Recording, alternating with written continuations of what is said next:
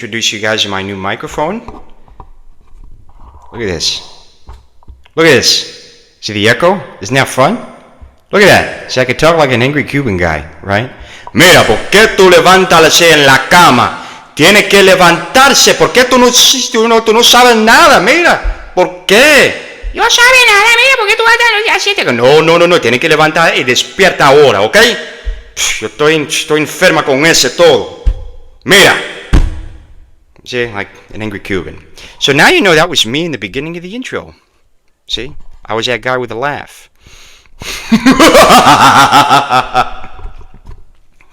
Yeah.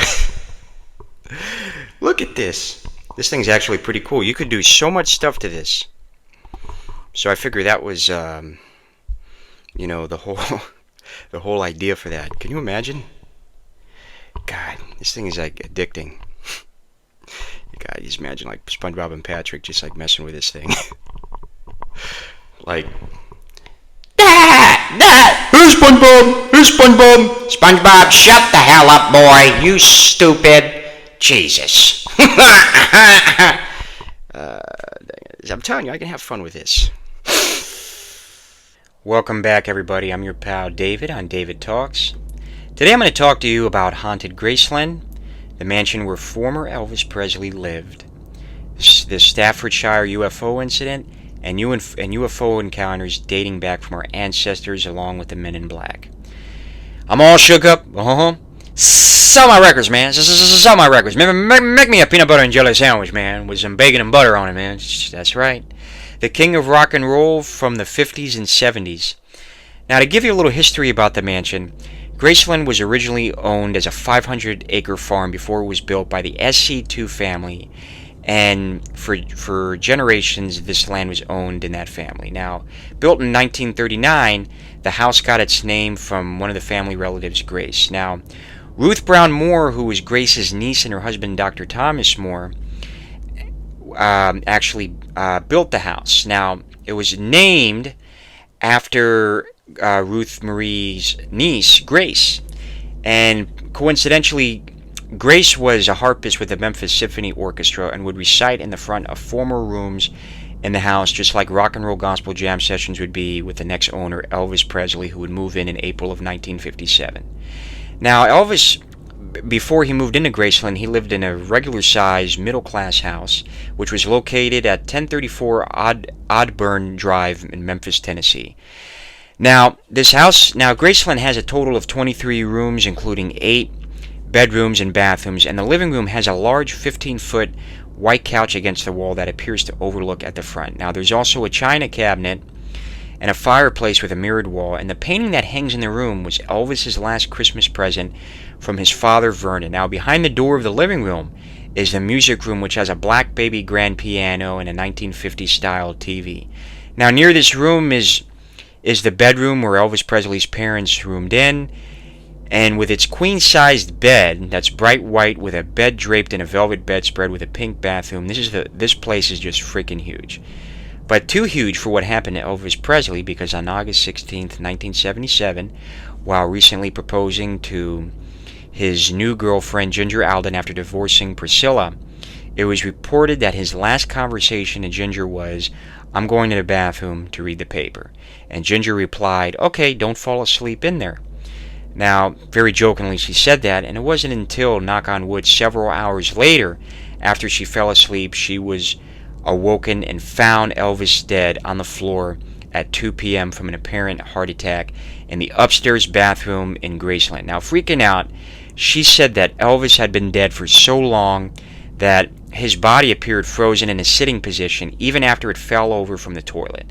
And it was said from an autopsy that he was estimated to have died during the morning hours. But has the spirit of Elvis moved on from dying at such a young age of 42? Apparently not. Now, the ghost reports of Elvis Presley. Now, Mary Jenkins, who was Elvis Presley's cook at Graceland, mentioned that a couple hours after he passed, she was awoken to the pressure of a presence that she knew was the king visiting her a couple miles away from Graceland in her home. Check the video out. Then one night I was sitting there about 1 o'clock, And he came down the steps and stood right there beside of me. He said, Mary, I want to stay with you. And I told him, I said, well, you're welcome to stay at my house, Mr. Elvis. You know that. And I looked up at him, and he kind of smiled a little bit. And he vanished away. Very scary stuff, and I got goosebumps watching that clip. But on the day they buried Elvis, coincidentally, here's another story. On August 18th, 1977, more strange stuff started to happen. See, Elvis, before he was buried at Graceland, he was originally interred at Forest Hill Cemetery next to his mother Gladys, where she had died almost 20 years before his death. And on the day of his interment in the mausoleum, there was a big heavy branch that fell next to his casket. And here's a video by a YouTuber by the name of Elvis the Man. Here's the video. As many of you know, when they were taking Elvis's casket out to the hearse to be taken to the crypt, a large tree branch at Graceland snapped out of nowhere and fell to the ground. It was a heavy branch. Everybody there was totally in shock because they were like, how did this thing just break? Now, the story was told to Nancy, who was one of the maids, cook at Graceland, and she at first didn't believe the story until strange things started happening to her. Now, while she worked at Graceland, there'd be times where she would be sitting in the house, cooking in the kitchen, while all of a sudden she would always hear noises of somebody walking up the steps. Now, going into the living room, where the stairs would intersect, she would see nobody there. Now, a couple days later, being alone in the house, she would hear muffled voices of people talking upstairs and nobody would be there. Now, it became so frequent to where Nancy said out loud, Gladys, I know you're here and I'm taking care of your boy. Now, being in the lower downstairs where the TV room was, Nancy was dusting downstairs while all of a sudden the door to the laundry room shut closed very hard and there was nobody there. Now, thinking it was strange, she continued to investigate on how that door is shut closed all by itself. Now, when she turned on the lights, there was nobody there. But then she questions. So what she does is she goes upstairs and heads to the jungle room where Elvis's Aunt Delta was reading the magazine. And as Nancy approached the room, immediately Aunt Delta looked at Nancy, and Nancy said, did you hear that noise? Now, Aunt Delta said, yes, I did. Now, very shockingly, Nancy said, very scared and shaking, did anybody come upstairs? And Aunt Delta said, nobody came upstairs and nobody came downstairs. Now, later, Nancy ended up becoming a believer that the branch falling was indeed Gladys and that Elvis was upset that his house was open to the public, as it was said that the king did not like the public visitors visiting his home. There was also not only Nancy that experienced this, and of course Mary Jenkins, who also knew Elvis, but there's more to it. There was even security that worked at Graceland that would also report stuff. And they mentioned that when they would monitor the security cameras, they would always report somebody walking down the steps repeatedly with a female voice that yelled, Elvis! And here is what they said, exactly like this, word for word. And they said, we always sit and hear his mother's footsteps going up the steps. She was wearing them steps out, going up and down them steps to see about him. Now, not only the security people would actually experience this, but there would be times that even Elvis's ex-wife, Priscilla, she would sense Elvis's presence in the house. And of course, Elvis's cousin, Billy Smith, who also reported feeling Elvis's presence at Graceland, which is the main reason why he moved out, because it was an emotional experience to him, because he would see some crazy stuff. Now, there would be times where he and his wife would be sleeping together, and both of them would hear Elvis's voice yell, Billy! Billy! Billy!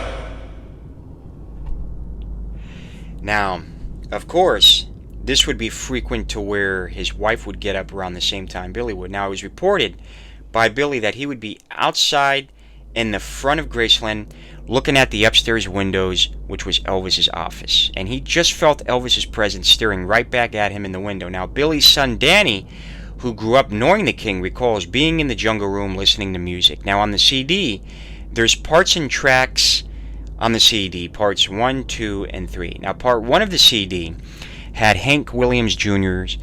from the 50s. He was a musician at the time in the 50s, and 60s classics, and then Elvis would be on the third track. Now, immediately as the CD plays after the first track, Instead of the CD going to track 2 with the 60s, it went immediately to track 3 where Elvis's music was. And this gave Danny goosebumps because he's thinking, why am I listening to a CD that usually goes to tracks 1, 2, and 3, but on this particular day it's going from track 1 to immediately 3, especially the fact that I'm actually in Graceland right now in Elvis Presley's old room. Now, another incident that happened that Danny had while he was listening to Elvis's music on the couch while watching TV, he felt a hand touch him on the couch. Now, thinking it was his father, Billy, at the time, it turned out to be nobody there, and Danny got so scared he left the room with goosebumps. So why is the king making his presence known? And what was he trying to say? Now, that he's crossed over and that he's still around in the afterlife recording his newest album and wants others to hear it? Or perhaps he's just angry about public visitors visiting his house. In fact, knowing that it's a museum instead of his public residence. Now, we move on to the topic from ghosts to ET extraterrestrials. And this one's going into the Staffordshire, England UFO incident. Now, on October 21st, 1954, there was a young woman by the name of Jessie Rosenberg, then aged 29, and her 2 children. Now, they witnessed a flying object with interesting human-like creatures. Now, the story goes that Jessie was waiting outside with her kids, watching them play, while all of a sudden, while deciding to go inside to change, she hears a big, intense noise, almost like a big waterfall-like noise, as if the plane was crashing. So she slips outside in her change of clothes and finds her children laying flat on the floor with their heads turned at her, saying, "Mommy, Mommy, there's a UFO outside." And Jessie, thinking it was her kid's imagination, she had this sensation to look anyways. As she steps out, she sees a Mexican hat-like object craft sitting there stationary. And it was bright and silver, and she also notices a dome on the craft, and in it she sees human-like figures with golden-like hair, with page-by-page, bob-like haircuts, which according to her exact words was like how the old kings of England from the 1500s had it. She also notices that they had on a pro-neck skeet top suit, and they had enlarged heads, and Jessie was frozen in fear seeing this. Now, next thing you know, the craft quietly bounced within a millisecond into the Earth's atmosphere, then disappeared. This scared Jessie so much to where she locked herself into the home with her 2 kids until her father and husband came home. Little did Jessie know that what she saw was the Palladians. Now, another alien race that is said to exist and live 444 light years away from Earth, witnesses that have reported their encounters with the Palladians commonly report being 7 to 8 feet tall, with long blonde hair and blue eyes, wearing jumpsuits. And they are said to be concerned with our humanoid race, and they're here to protect us and watch over us. But if that is the case, then why are we seeing more abductees explaining their story of meeting extraterrestrial life? Now, this other story that I'm about to tell you takes place on September 11th, 1997, and this is the Art Bell and Area 51 caller. Now, there is a man claiming to have worked at Area 51 who called in to Coast to Coast AM, hosted by Art Bell, and he spoke with the voice as a man terrified for his life, describing extra-dimensional beings and secret plots that would drastically and horrifically change our world. Now, most shocking of all, however, was the fact that during the call, the satellite transmission carrying Coast to Coast AM was lost, which surprised Art Bell and his listeners. Now, here is the audio of this strange phone call from the radio station. Line, you're on the air. Hello. Hello, Art. Yes. Hi. I don't have a whole lot of time. Well, look, let's begin by finding out whether you're using this line properly or not. Area 51. Yeah, that's right. Were you an employee or are you now? A former employee. Former employee. I was let go on a medical discharge about a week ago, and I've kind of been running across the country. Oh man, I don't know where to start. They're gonna triangulate on this position really soon. Well, you can't spend a lot of time on the phone, so give us something quick. Okay. Okay. What we're thinking of as aliens are they're extra-dimensional beings that an earlier precursor of the space program made contact with. they are not what they claim to be. They have infiltrated a lot of aspects of the military establishment, particularly the Area 51. The disasters that are coming, the military, I'm sorry, the government knows about them, and there's a lot of safe areas in this world that they could begin moving the population to now, Art. But they're not doing anything. They are not. They want the major population centers wiped out so that the few that are left will be more easily controllable. Discharge.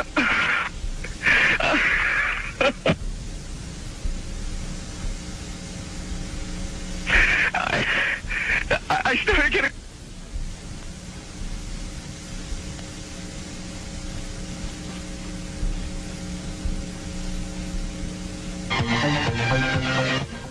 In some way, something knocked us off the air, and we're on a backup system now. It's the government, or I don't know. it has to be something, though. Art Bell's transmission to his radio studio was lost, and it took him 20 minutes to get the transmission back up to be on the air. And this never happened to Art Bell in his years of being in the radio career.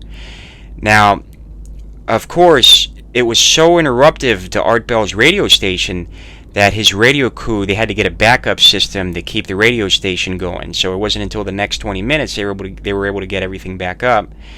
And according to Art Bell, he claimed that it was like a transmission that had a heart attack and went black, and never before had he seen this. Now, nobody really knows why and how this happened, but it's for one thing, that aliens are for sure among us, and that another story that'll bring you chills. Now this regards an incident from our ancestors which allowed a painting to be drawn to describe this event. Now, in 1561, this happened in Nuremberg. This is called the 1561 celestial phenomenon over Nuremberg. The event began with the appearance of an immense black triangular object in the sky, which was described as being as large as a village. Now, the object was said to be followed by hundreds of smaller spherical objects which engaged in a bizarre aerial battle for several hours. Now, eyewitnesses reported seeing these objects darting around the sky, emitting smoke and fire and making loud noises as if engaged in combat. Now, some accounts even mention that the smaller objects appeared to be shooting at each other with beams of light. Now, this event was documented in a broadsheet published in Nuremberg shortly after this incident, which featured a detailed woodcut illustration depicting the various elements of this phenomenon. Now, the woodcut, as you notice, the woodcut shows the large black object at the top surrounded by smaller spheres engaging combat, while the sun and moon look on from the opposite sides of the page. Now, skeptics believe that this could be a meteor shower that was mistakenly believed to be a message from the heavens. But if this was a meteor shower, why is it that it was drawn very strangely? Because as you notice the picture, there are cylindrical shapes that are illustrated to be in the sky, along with these balls of light. Now, there are red balls in these shapes.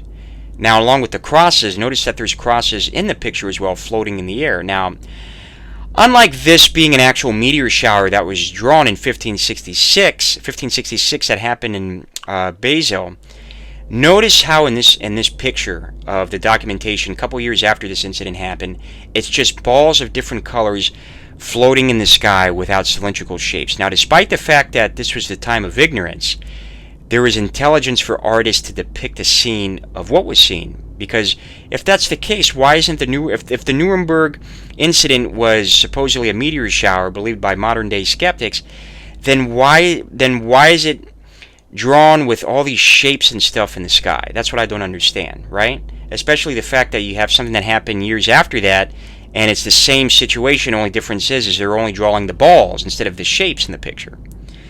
Now, that doesn't even stop there, because the UFO artwork even displays a century before this incident, around the late 1400s, because this is the next painting I'm going to be telling you about, and it's called the Madonna with Saint Giovannino. Now, the Madonna with Saint Giovannino depicts the Madonna with the infant Jesus and Saint John. Now, in the background, you notice there's a man with his hand held up to his face as if he's shielding something from his eyes like a bright light. Now, by his side, there's a dog with its mouth slightly open. Now, both the man and the dog appear to be looking up, like as if they're looking at something in the sky, and the object appears, as you can tell in this picture, a dark oval structure with light rays projecting out from all the angles. Now, lastly, that even doesn't stop there, because there's another photo called Israel, Put Your Hope in the Lord, and that's from the 1600s. Now, in the Israel language, as you see in the painting, it says Israel hof auf den Herrn, right? And in the pronunciation, it means put your hope in the Lord. Now, in the picture, there's a building, which is a church, and above it, there is a disc-shaped object that resembles a modern-day UFO craft hovering over the church. Now, after seeing these depictions, you must think that the UFOs that have existed centuries before the Roswell crash of 47, these stories provide light. So you decide, right? Could this be actual artists that have actually seen UFOs? I mean, we do know from historians that these are actual pictures from the 16 and 1500s. So for it to be drawn like that and resembling a modern-day disc-shaped object, that raises a lot of questions. Because why would they draw something like that, especially in a time of ignorance? Now, although we have that, we turn into the story of the Men in Black. So, although we all know about the movie, which was released in 1997 which was starring Will Smith and Tommy Lee Jones, its origins are based on true claim reported stories from UFO witnesses. Now, one of them is called the Robert Richardson story. Now, Robert Richardson and a friend, Jerry Quay, who were 21 at the time, they were on their way to White House, Ohio, to see if the White House Quarry, which was a well-known picnicking and swimming spot, which would be open for usually weekends. Now, this was a Thursday night, and the time was 11:30 at night. Now, Richardson, who was driving about 40 miles per hour, turned around to a bend on the road and saw before him a very brilliant blue-white source of light which completely blocked the road. Now, immediately he slammed on the brakes and closed his eyes. Now, knowing that he would probably smash into the object, they both closed their eyes. Now, it wasn't until, thinking that they were going to run into it, instead they felt a distinct bump that was felt in the car. So they heard a bump at the moment of impact. But when they opened their eyes, the road ahead was clear and the object was gone. Now, Quay was shaken up by this to where neither of the young men was injured, which was weird about that. Now, following the incident, they drove to Waterville to phone the police, and of course they were known as the laughing stock of the city because they thought it was such a make-believe story. But then they ended up contacting another branch of policemen who ended up taking them very seriously, and they were told to go to the Maumee police station and await to the arrival of the highway patrol officers, which they did. And it wasn't until at the station during questioning Richardson and his friend there was approximately 2 Maumee policemen and 2 state highway patrolmen that were waiting for them. Now, after their testimony was taken, Richardson and his friend Quay revisited the scene of the accident along with the both state patrolmen, right? Now, nothing was found except for the skid marks where Richardson had applied his brakes earlier that day. But it wasn't until the next day, however, Richardson went back to the spot and found a small lump of metal. Now, when Richardson examined his car out, and he saw that there were dents and scratches on the hood of the automobile and that some of the chrome plating on the bumper seemed to have been stripped off by some unknown manner, the area that was surrounding the dent of the bumper was not scratched, and it wasn't even cracked or lifted away from the plating-based metal of the steel bumper. Now, of course, there was a guy by the name of Mr. Paquette, who investigated the scene of the alleged collision and also examined Richardson's car. He later observed that the sound and sensation of the impact indicated that the object was probably lifting off the ground just in the moment of time before his car struck it. Now, this was also indicated by the small amount of damage done to Richardson's car. Now, one of the most interesting aspects of this case was the visitors who were received by Mr. Richardson in the days following the incident, because on July 16th at 11 p.m. there were 2 men in their 20s who presented themselves at Richardson's home and asked to talk to him about the incident. Now, they stayed in his house for about 10 minutes and mainly asking questions about the incident and its location. Now, they seemed somewhat friendly, but they did not identify themselves, however, and Richardson ignored the temptation to ask them for their names. Now, when they left, they noted that they were driving a 1953 black Cadillac sedan with a license plate number of 8577D. And he later checked in with the Toledo Police Department to see if he could get a lead on their identities from the plate that Richard saw, but they could not find it. Now, it wasn't until after a week after the first two visitors came, there were two other men that came to Richardson's home when he was alone. Now, they were dressed in black suits, and they were of dark complexion, and they impressed Richardson as being foreigners, which basically one had an accent, but the other spoke fluent English. Now, from the conversation of both men, Richardson gathered that they were trying to make him think that he had not hit anything on the road that night. Now, they then contradicted themselves by demanding the pieces of physical evidence that Richardson saw. Now, Mr. Richardson told him that the material had been turned over for analysis, and Richard said no. Now the men eventually proceeded to say and threaten Richard, okay, well, if you don't give us the information of what you saw with this UFO experience, I'm going to have to say that if your wife wants to stay as pretty as she is, then you'd better get the medal back. Now, Richardson was very upset at this, particularly since his wife was pregnant at the time and he was worried for her safety. Now, he hated to leave her alone to go to work because of what the men said, because he was so paranoid that they could go into the house and do something to her. Now, when those two men left, he noticed that they were driving a 1967 tan two-door Dodge sedan, and he couldn't make out the license number because of the way the car was parked, which in view of the fact that the piece of metal that was discussed only on the phone between Mr. Richardson and his wife and two friends, they were concerned about how the information got out. And Richardson swears that he did not discuss it with anyone but his wife and neighbor and Mr. Paquette. Now, it would seem that the telephone call from Richardson's small social circle was somehow monitored by the men in black. Because how were they able to trace his address really quick? And that's still a mystery. And according to Mr. Richardson, he only told his two friends. So how was he able to... How were these supposedly men in black visitors able to gain the evidence of knowing where Mr. Richardson lived and also why they needed to interrogate him? Now, on that note, we delve into the final story.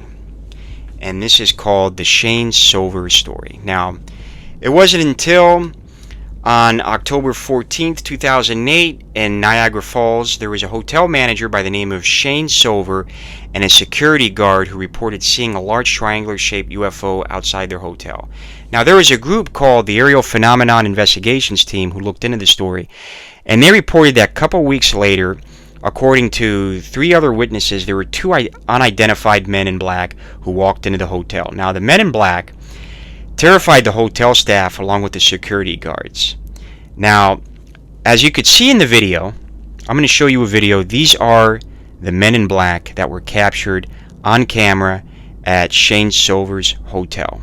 Who are these men? If you look into the video, you see that these men are clearly just spaced out. They don't really care about their surroundings. They're there for one person and one person only, to speak to Shane Silver. Now, who are these men in black?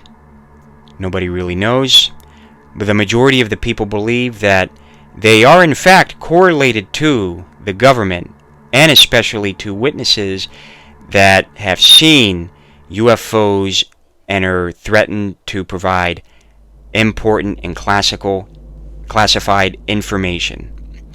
Now, in conclusion of this episode, I leave you with one final thought. The ghost of Elvis Presley, the UFO witnesses and testimony, including the encounters from our ancestors of these mysterious objects, the Men in Black stories, has it made you into a believer that we are not alone in this realm, and that there is another life on other planets, and that the government is always one step ahead of us? Now, tell me your opinion underneath the comments section and your story of the ghost experiences and UFOs, because I would like to hear about it. In the meantime, Please comment and subscribe to David Talks, and have a great day. Please like and subscribe to David Talks. Have a great day, you all.